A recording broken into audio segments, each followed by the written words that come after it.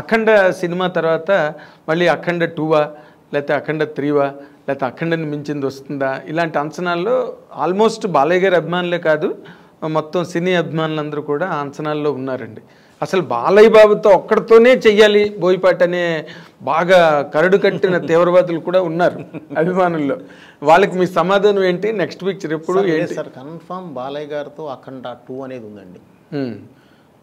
ఏ అభిమానైనా నేను వారిని బాగా ఒక 3 సక్సెస్ మేము హ్యాట్రిక్ కొట్టాం కాబట్టి అలా చేయాలనే కోరుకుంటారు. కానీ వేరియేషన్ ఉండొద్దండి. పక్క పక్కనే చేస్తే ఏది ఇప్పుడు పుల్లారెడ్డి స్వీటు ఒకటి తింటే బాగానే ఉంటుందండి, 2 తింటే బాగానే ఉంటాయి, 1 kg 2 kg తినలేము. సో అందుకని వెంటనే అయితే నీకు అది అయిపోతుంది. ఒక చిన్న టైం తీసుకొని మనం చేస్తే గ్యారంటీ దానికి దీనికి ఉన్న గ్యాప్లో ఆయన 1-2 చేసి ఉంటారు, నేను 1-2 చేసి ఉంటాను బయట. సో దీని నుంచి వచ్చి ఆ గ్యాప్ నుంచి వచ్చి మనం కూర్చొని ఒకసారి చేస్తే వచ్చే కిక్కు వేరేగా ఉంటుందండి. 100%. రోజు అదే అని అంటే కూడా మనకి ఇది పెద్ద అంటే మధ్యలో ఈ చిన్న ట్రాన్స్ఫర్మేషన్స్ ఉంటుంటే రిలీఫ్ సస్టైన్ అవుతుంది. ఆయన కూడా చాలా రిలీఫ్గా ఉంటాడు కదండి. అవును, ఒక ట్రాన్స్ఫర్మేషన్ బయటికి వెళ్ళి ఒక ఎంటర్టైన్మెంట్ సినిమాను, ఒక సెంటిమెంట్ సినిమాను, ఇంకోటి ఒక మంచి యాక్షన్ సినిమా చేసి మన దగ్గరికి వచ్చారంటే సార్ మనం చేసేది ఇంకోలా ఉంటుంది. సో ఆ వేరియేషన్స్ కనిపిస్తాయి. ఓకే, ఒక ఆర్టిస్ట్లో అన్ని వేరియేషన్స్ రావాలన్నా కూడా అది చేయాలి, ఒక కొత్తదనం కనపడాలన్నా కూడా చేయాలి. అదే మా రోజు ప్రీ రిలీజ్ ఈవెంట్లో కూడా బాలయ్య గారు మీ గురించి చాలా బాగా మాట్లాడారు. ఇది మీ మేకింగ్ స్టైల్ మీద కానీ వాటి మీద ఆయనకి చాలా విపరీతమైన కాన్ఫిడెన్స్ మీరంటే. అవునండి. అంటే ఎందుకంటే అఫ్కోర్స్ 3 హిట్లు. అవునండి. ఆయనకు ఆ స్టేజ్లో అవి చాలా అవసరమైన హిట్లు కూడా. అదే టు బి వెరీ ఆనెస్ట్, ఎందుకంటే ఏ హీరోకైనా హిట్ అవసరం కదండి. ఇప్పుడు నెక్స్ట్ మీరు తీయబోయే సినిమా బాలయ్య గారి అభిమానులకు కనుక మీరు చెప్పాల్సి వస్తే, చెప్పాలి అని మీరు అనుకుంటే ఏం చెప్తారు సార్ బాలయ్య గారి అభిమానులకి? అంటే ఏం ఇప్పుడు నేను ఇంతకుముందు అదే చెప్పాను సార్. ఇప్పుడు జరుగుతూ ఉంది బాబీ సినిమా, ఇవన్నీ జరుగుతూ ఉన్నాయండి. బాబుది నాకు మధ్యలో ఇంకో కమిట్మెంట్ ఉందండి, అది చూసుకొని వెంటనే నేను వస్తాను. ఇంకో కమిట్మెంట్ ఇప్పుడు చేయబోతున్నానండి. అది ఏంటి అనేది జస్ట్ ఫ్యూ డేస్లో నేను అనౌన్స్ చేస్తాను. ఓకే, జస్ట్ ఫ్యూ డేస్లో. పెద్ద హీరో. సో పెద్ద హీరో. అదే మీరు పెద్ద హీరో అంటే మీరు చెప్పలేము, మీరు గబుక్కొని రామ్లాట్ హీరోని తీసుకొచ్చి పెద్ద హీరోని చేస్తారు మీరు సడన్గా. ఇప్పుడు రామన్ చూస్తే మామూలుగా ఎప్పుడైనా కనిపిస్తే చాలా చాక్లెట్ బాయ్ లాగా కనిపించేవాడు. ఇప్పుడు కనిపిస్తే అలా కనిపించాడు, పక్కనే దున్నపోతుతో కనిపిస్తాడు. ఏది నీ దున్నపోతు వేసి రామని అడిగే రేంజ్లో ఉన్నాడు ఇప్పుడు. సినిమా బయటకు వచ్చాక ఈ don't feel normal about Ram, that is for sure. అవునండి. స్కంద చూసి బయటకు వచ్చిన తర్వాతే సూపర్ కరెక్ట్ అండి. అది ఆ ఇమాజినేషన్ మారిపోయింది రామ్ మీద. అండ్ అతనికి మీకు షూటింగ్ టైంలో ఎట్లా ఉంది సార్ ఇంటరాక్షన్? సార్ చాలా హ్యాపీగా ఉంటుంది సార్, అసలు చాలా హెల్దీగాను హ్యాపీగా ఉంటుంది. ఓకే, అసలు ఇది ఉండదు, బ్రహ్మాండంగా వెళ్ళిపోతుంది. ఒకటే సార్ మనలో క్లారిటీ ఉండాలి, టెక్నీషియన్లో క్లారిటీ ఉండాలి. టెక్నీషియన్లో క్లారిటీ ఉంటే ఇంకెవరు ఇది ఉండదండి, చాలా హెల్దీగా వెళ్తుంది. అవునండి. అంటే సార్ మీరు ఎంత ఇతమిద్దంగా నిర్దిష్టంగా మీ సినిమా చిత్రీకరణ విషయంలో ఎంత పట్టింపుగా ఉంటారన్న దానికి నేను విన్నానండి, నిజమో కాదో నాకు తెలీదు. సరైన సినిమా అసలు అరవింద్ గారికి మీరు చూపించలేదంటగా ఆఖరి వరకు ఎవరో అన్నారు.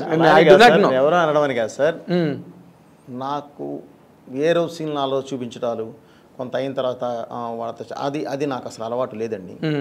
నేను ఒకటి ఫిక్స్ అయ్యి కరెక్ట్గా ఇది అయిన తర్వాత నేను ఫైనల్ ఎడిట్ పర్ఫెక్ట్గా చేసిన తర్వాత కూర్చోబెట్టి చూపిస్తాను సార్. మీకు ఏమైనా డౌట్ ఉందో చెప్పండి, ఇప్పుడు ఏం చేద్దాం, ఇబ్బంది లేదు. ఓకే, ఆ రోజు నేను చూపించినా కూడా మీరు గెస్ చేయలేరండి. ఏ సీన్ కాని సీన్ ఎప్పుడు చూపించినా బాగానే ఉంటాయి సార్. అవును, అది అంతా కూడా కంపోజ్ అయిన తర్వాత వచ్చేసేసి ఒక కరెక్ట్గా ఒక చైన్ ఆఫ్ దీనిలో పెట్టేసి లింక్స్లో పెట్టేసేసి కరెక్ట్గా ఒక స్క్రీన్ ప్లేలో పెట్టి మీ ముందు తీసుకొచ్చి పెట్టినప్పుడు మాత్రమే ఒక జడ్జిమెంట్ వస్తుంది. ముందే ఊరికే చూస్తాం, మేము చెప్తాం, ఏం చెప్పలేరండి ఎవరు అనుకుంటాం కానండి, చెప్పలేరు సార్.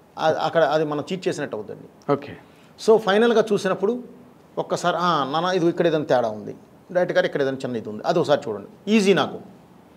ఓహో ఇందుకు అడుగుతున్నారా, లేదంటే సార్ ఇదిగో దీని లింక్ ఇదిగో ఇక్కడ ఉంది కాబట్టి నేను ఇది చేశాను అని చెప్పడానికి ఉంటుంది. లేదు కరెక్టేనా, లేదు సార్ నిజమే బాగుంది, టోటాలిటీ బాగుంది అనుకుంటే ఒకటి, లేదు సార్ నిజంగానే ఇది చిన్న ఇది ఉంది సార్, ఓకే ఒక 2 days మనం పెట్టుకుందామండి, టోటల్ ఇంకేమున్నాయో చూసుకుని 2 days పెట్టేస్తాం, ఈజీ.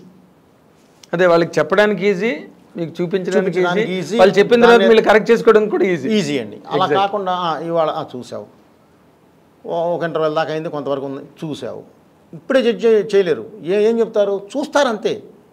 నాకు ఇంకా సెకండ్ హాఫ్ ఉంది కదా, నేను షూట్ చేయకుండా నువ్వేం చెప్తావు జడ్జిమెంట్?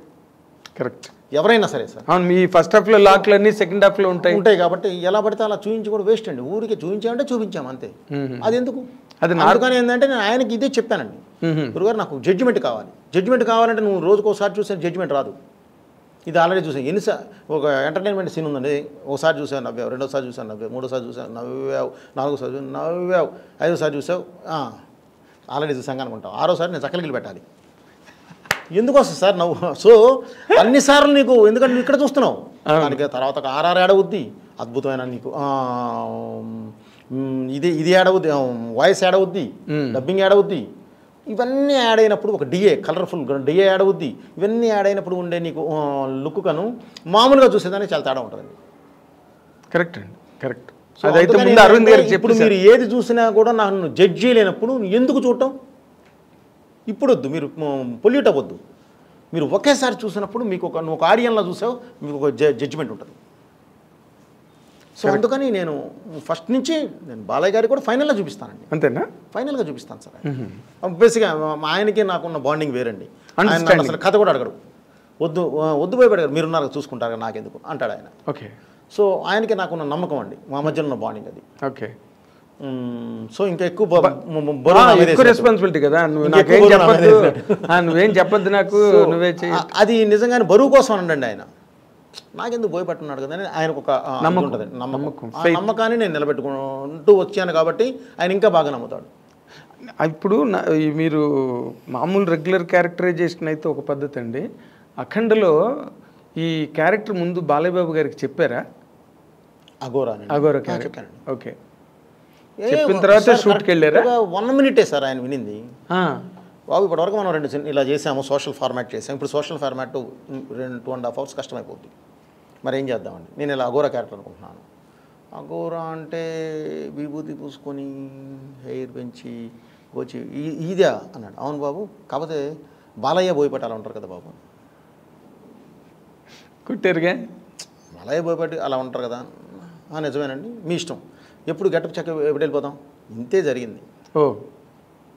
అంతేనండి, చాలా సింపుల్, చాలా సింపుల్. ఆ క్యారెక్టర్ ఎలా జర్నీ చేస్తాను, ఎందుకు నువ్వు చూసుకుంటావు కదా అన్నాడు ఆయన.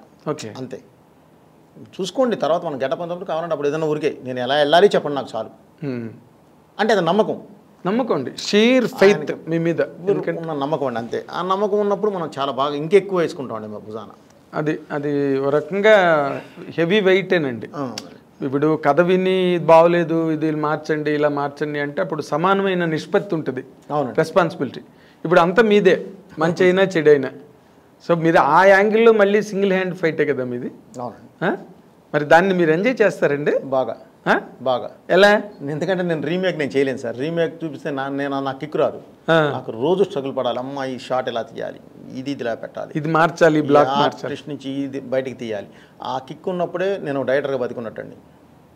అది లేని రోజు నాకు అవసరం లేదు సార్. అది అందుకే నేను రీమేక్లు చేయనండి. రీమేక్లు చేయరు అసలు. ఆ ప్రస్తావన కూడా మీ దగ్గర రాదేమో. నేను చేయనండి, చేయలేను. నాకు కిక్ ఉండదు. అది నేను చూస్ చేసేదేం సార్. మరే కరెక్ట్. నేను అది పెద్ద ఇబ్బంది పడతాను. నేను రీమేక్లు మధ్య బాగా డిసప్పాయింట్ కూడా ఎప్పుడు రీమేక్ అలా అని కాదు సార్. నేను వాళ్ళతో చెప్పండి, నేను ఎవరితో సినిమాలే కూడా నేను రీమేక్లకి వెళ్ళాను సార్. ఎందుకంటే ఆల్రెడీ చూసిన సినిమా సార్ అది. నేను సో కొత్త పాయింట్ ఆఫ్ వ్యూ ఏదైనా ఉంటే నేను చేస్తాను ఆ రీమేక్లో కూడా. కొత్త పాయింట్ ఆఫ్ వ్యూ దానికి ఇప్పుడు నేను చేసిన దానిలోనే నాకు భద్ర ఉంది, సెకండ్ వెర్షన్ ఉంది. నాకు నేను చేయగలను. ఓకే, భద్రకి సెకండ్ వెర్షన్ ఉంది, కానీ సెంట్రల్ పాయింట్ అదే ఉంటుంది. ఆ సెంట్రల్ పాయింట్ మార్చాలి, మారిస్తే వచ్చేస్తుంది మొత్తం కొత్త కథ వస్తుంది. ఓకే, సింహ కూడా అలాగే ఉంది. తులసికి లేదని సింహాకు ఉంది అలాగే.